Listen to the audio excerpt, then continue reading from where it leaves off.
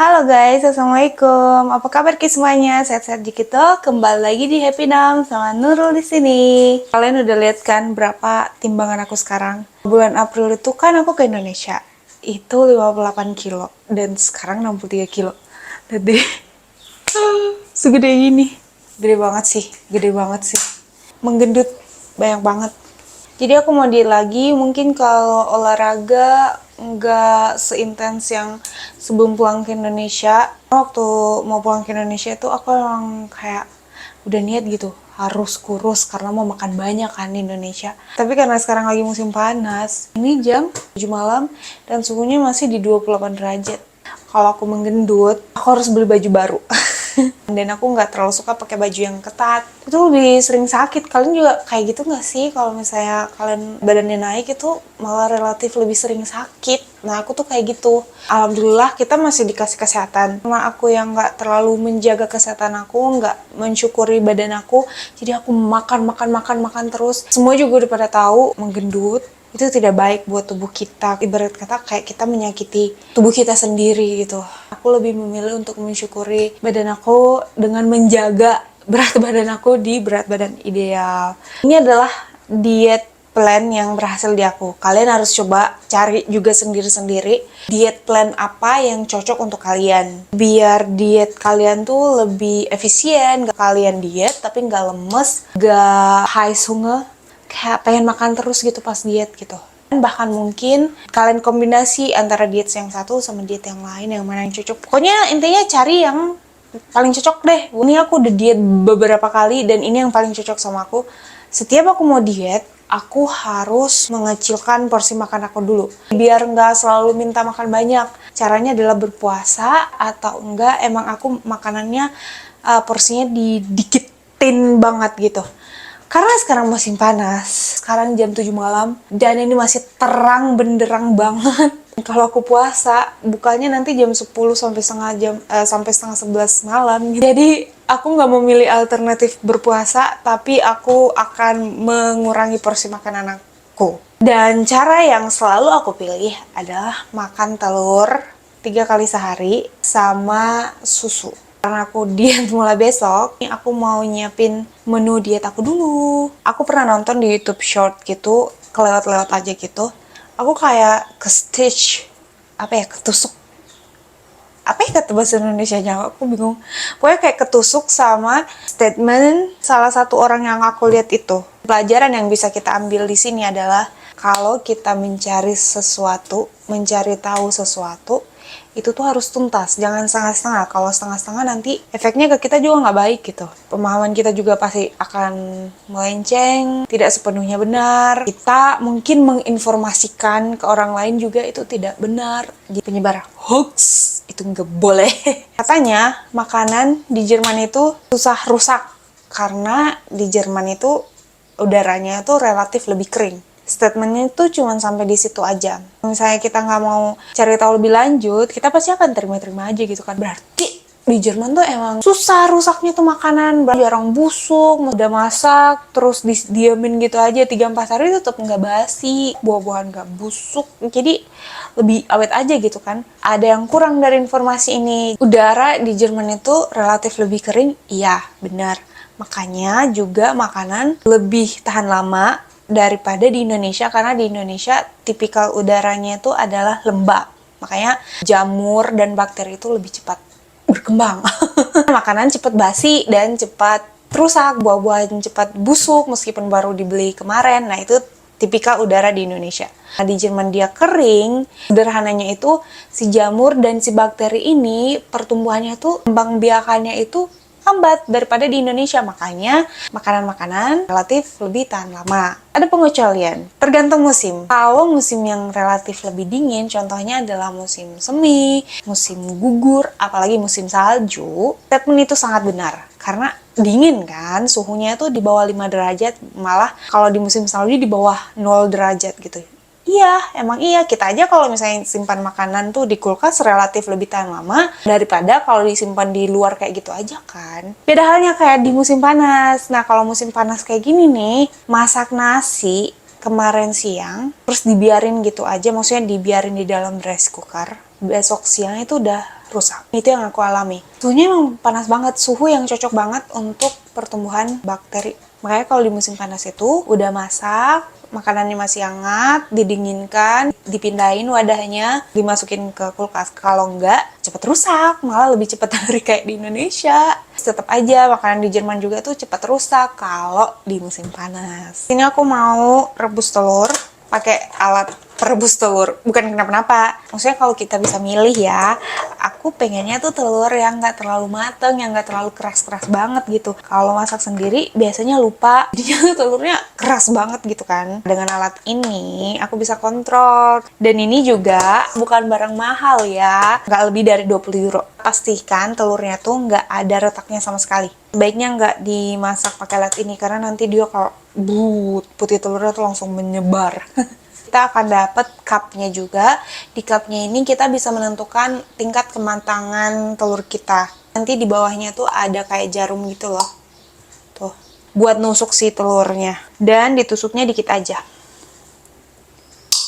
Tuh, kayak gitu. Nggak perlu sampai bolong banget telurnya. Dengan cup ini kita bisa menentukan tingkat kematangannya kan, juga berdasarkan jumlah telur yang kita masak. Jadi karena aku mau masak 6 biji, jadi airnya juga sekitar segini, 6 biji. Nah kalau telurnya cuman berapa nih, 1-2 biji, ya di atas situ juga airnya. Terus dimasukin aja kayak gini, ditutup, putar ke mode masak. Mode masaknya itu ada yang nomor 1 ini aja. Kalau mau ngejaga telurnya tetap hangat, di ini, di tengah itu.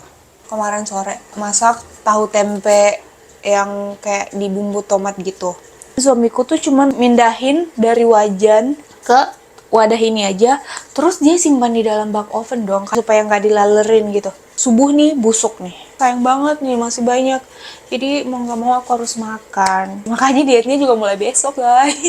Bismillahirrahmanirrahim, selamat makan. Baru aku keluarin dari kulkas.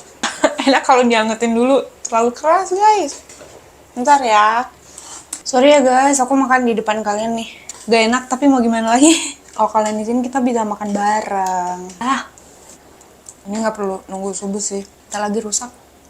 Beberapa dari kalian tuh ada yang nge-DM aku, kok jarang sih ngeliat jalan-jalan, videonya masak-masak dulu, which is di rumah mulu gitu. Masing-masing orang kan punya priority yang beda-beda.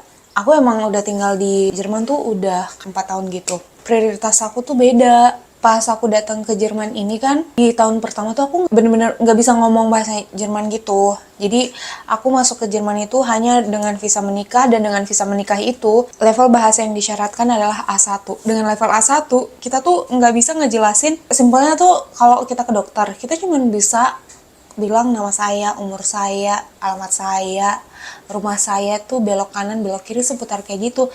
Kalau ditanyain lebih lanjut itu tuh nggak bisa ngejawab gitu, karena kosakatanya terbatas, gramatiknya juga terbatas, pokoknya nggak bisa dipakai kerja juga gitu. Pas awal aku datang ke sini, aku tuh punya tujuan, aku mau jadi ibu rumah tangga aja deh gitu. Di rumah ngurusin suami, ngurusin anak kalau ada anak. Seiring berjalannya waktu, aku tuh menemukan kalau aku tuh bukan tipe yang seperti itu. Meskipun aku ingin seperti itu, tapi bukan seperti itu. Tahu nggak sih geng, aku tuh pengen kayak terus aktif gitu. Aku jadi gampang sakit kalau misalnya diem. Ada nggak sih kalian yang kayak gitu juga, yang pengen tuh harus melakukan sesuatu? Di tahun pertama itu tuh aku kayak stres banget sumpah. Nah, aku ngerasa, maaf ya, aku tuh kayak nggak berharga banget, kayak mau jajan aja tuh harus minta duit gitu. Sedangkan dari suami sendiri tuh nggak ngelarang kalau aku mau kerja. Tapi karena waktu itu aku pikirannya aku mau jadi ibu rumah tangga aja. Jadi aku selalu menentang keinginan diri aku sendiri untuk bekerja gitu. Dan itu bikin aku capek, bikin aku stres gitu. Sampai pada akhirnya aku memutuskan, aku mau kerja, aku mau punya uang sendiri, bisa mengirim uang untuk kebutuhan keluarga-keluarga aku di Indonesia.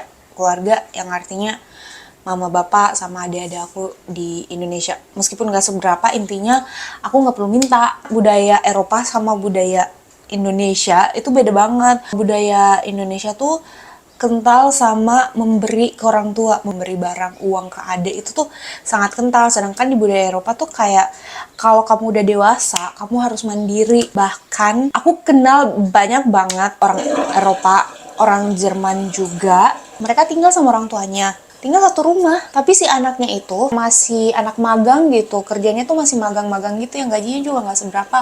Itu harus bayar uang kontrakan bersama gitu sama orang tuanya, karena dia merasa aku tuh sudah besar, aku tuh udah bisa mengurusi hidup aku sendiri, jadi aku juga harus mulai mandiri, termasuk membayar uang sewa apartemen bersama. Menurut aku bagus sih, apalagi di Jerman juga kalau misalnya kita nggak punya uang untuk bayar uang sewa, kita tuh akan dibantu sama pemerintah. Alasan satu-satunya tuh emang karena pengen mandiri aja gitu, nggak lebih, bukan karena nggak ada yang bantu.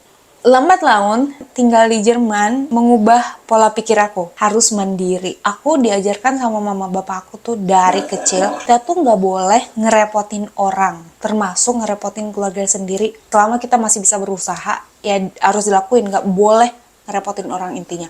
Pas aku ke Jerman, ternyata prinsip ini tuh lebih dalam lagi maknanya. Bener-bener nggak boleh ngerepotin orang dari segi apapun. Di tahun pertama, aku sudah menemukan tujuan hidup aku di Jerman. Dan itu bukan menjadi 100% ibu rumah tangga, tapi kayak menjadi wanita karir dan ibu rumah tangga. Karena aku mikir aku masih muda, otak aku masih lancar lah, alhamdulillah, dan masih bisa diajak kerja sama untuk belajar bahasa. Jadi di tahun pertama itu, aku bener-bener fokus ke belajar bahasa, bener-bener aku tuh nge-push diri aku tuh untuk bisa bahasa itu tuh bener-bener deh guys. Aku mencoba bener-bener segala metode supaya aku tuh bisa bahasa Jerman, supaya aku bisa kemana-mana tuh sendiri. Di tahun pertama aku kalau mau ke dokter harus sama suami, kalau mau ke supermarket harus udah matang, matiin aja deh. Terus biar nggak makin matang, ini kita angkat terus disiram pakai air dingin. Bentar ya guys, panas. Karena airnya udah habis banget kan, itu kalian mungkin lihat ada gosong-gosongnya. Aku tambahin pakai air dingin, terus direndam gitu biar gampang nanti cucinya. Lanjut lagi, makan sambil ngerumpi.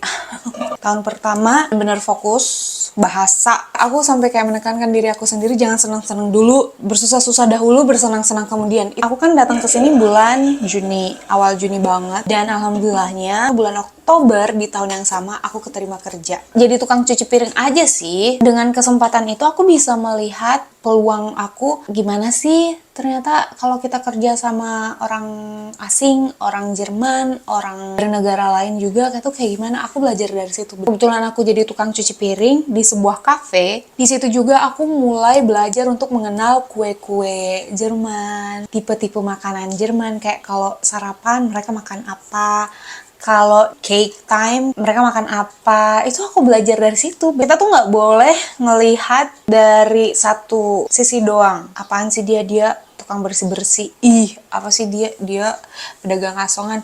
Nggak boleh. Tapi kita sebaiknya tuh melihat alasan mereka tuh kenapa mereka seperti itu. Pengen cari pengalaman, membiayai orang sakit nih, atau mereka tuh sedang berada di survival mode, rela melakukan apa aja untuk sesuatu. Tahun kedua fokus bahasa dan mencoba naik sedikit lagi untuk mencari karir. Dan alhamdulillah itu kesampaian. Yang awalnya jadi dari tukang cuci piring, naik tingkat jadi penjual di toko bakery sampai sekarang. Itu aku belajar banyak banget lagi dari segi bahasa terutama. Dalam 1 minggu 6 hari itu kan, kerja 4 hari. Yang namanya penjual ya harus ngobrol sama pembeli gitu kan, mau nggak mau wajib gitu ditekan sama situasi dan kondisi supaya bisa berbahasa Jerman. Dan alhamdulillah itu berhasil. Dari teman-teman kerja aku sering ngajarin aku, ngekoreksi aku bahasa Jerman, bahkan kayak pembeli juga tuh kayak gitu.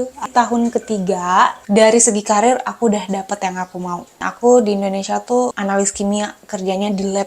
Cita-cita aku emang kembali lagi ke lab. Di tahun ketiga itu semua usaha aku tuh terbayarin, sampai sekarang kerja di lab dan masih kerja juga di toko roti. Jadi kayak toko roti tuh wadah aku bernostalgia bersama oma-oma rekan kerja aku gitu. Karena di toko bakery itu aku bekerjanya sama orang-orang pensiun gitu yang cari kesibukan aja gitu. Tapi justru enak loh, aku merasa nggak kesepian, sangat banget. Makanya aku mempertahankan untuk tetap kerja di toko roti ini. Dan dalam sebulan itu aku kerjanya 2 kali dalam sebulan di toko roti itu. Tahun keempat udah mulai Oke, sekarang waktunya kita mulai relax, mulai bersenang-senang, kita mulai jalan-jalan dan ngelakuin hobi, cari tempat-tempat baru yang harus dieksplor. Intinya bukan tahapnya merangkak lagi gitu. Sekarang udah berdiri dan mulai cari tujuan yang baru lagi.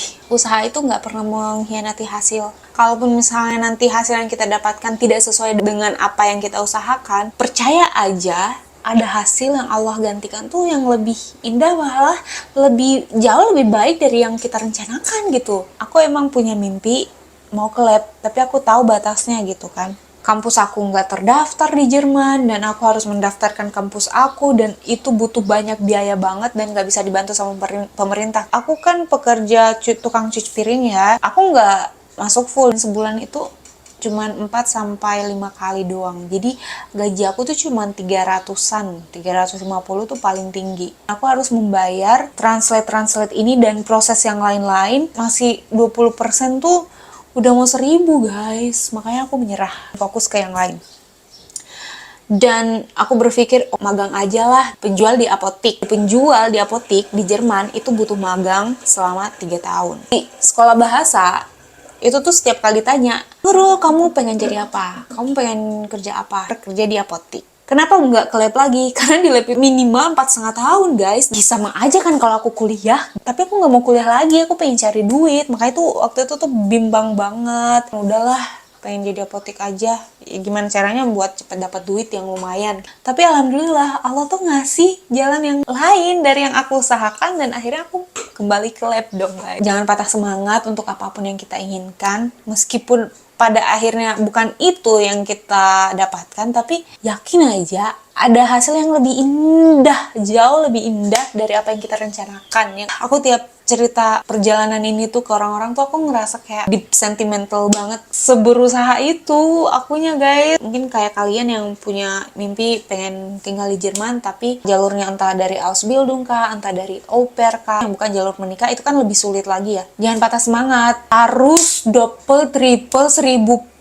semangatnya untuk belajar bahasa. Dari tadi ngobrol ininya nggak dimakan-makan guys, makin tambah basi dia nanti. Akhir-akhir ini tuh aku tontonannya tuh, aku nggak tahu kalian juga nonton apa enggak.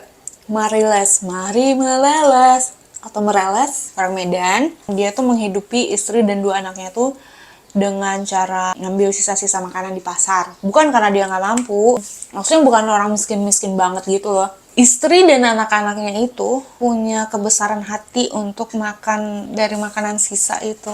Bawang merah jatuh, tomat jatuh, kentang jatuh, kayak gitu-gitu loh. Dan mereka tuh kayak mulung selesai jam pasar. Sekarang tuh termotivasi untuk tidak membuang makanan. Beli makanan secukupnya, jangan sampai basi, jangan sampai rusak. Itu rezeki kan, mau yang dikasih orang atau yang kita masak sendiri, jangan sampai dibuang, dimakan semuanya. Anyway guys, terima kasih udah menemani kegabutan aku ini.